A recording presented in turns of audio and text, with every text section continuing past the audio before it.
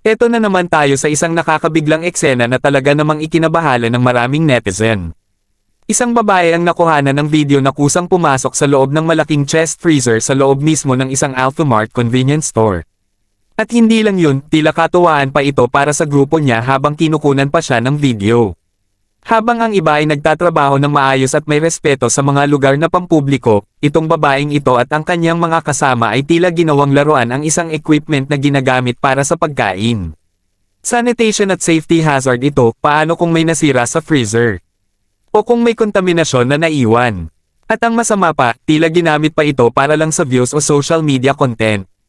Ang ganitong asal ay hindi lang irresponsible, kundi pwede rin itong maging basehan ng reklamo o legal action. Tandaan natin, ang mga ganitong paglabag ay may karampatang parusa, lalo na kung makakasira sa negosyo o magdudulot ng panganib sa ibang tao. Sa babaeng gumawa nito, at sa mga tumawa lang sa tabi, sana maisip ninyo ang epekto ng inyong ginawa. Hindi ito katuwaan lang. Ito ay malinaw na paglabag sa public decency at tamang asal sa publiko. Kung naniniwala kang hindi dapat ginagawang biro ang ganitong klaseng asal, i-share mo ang video na to at magkomento ng opinyon mo sa baba. At kung gusto mo pa ng mga viral video analysis at makatutuhanang opinyon, huwag kalimutang mag-follow at i-turn on ang notification bell.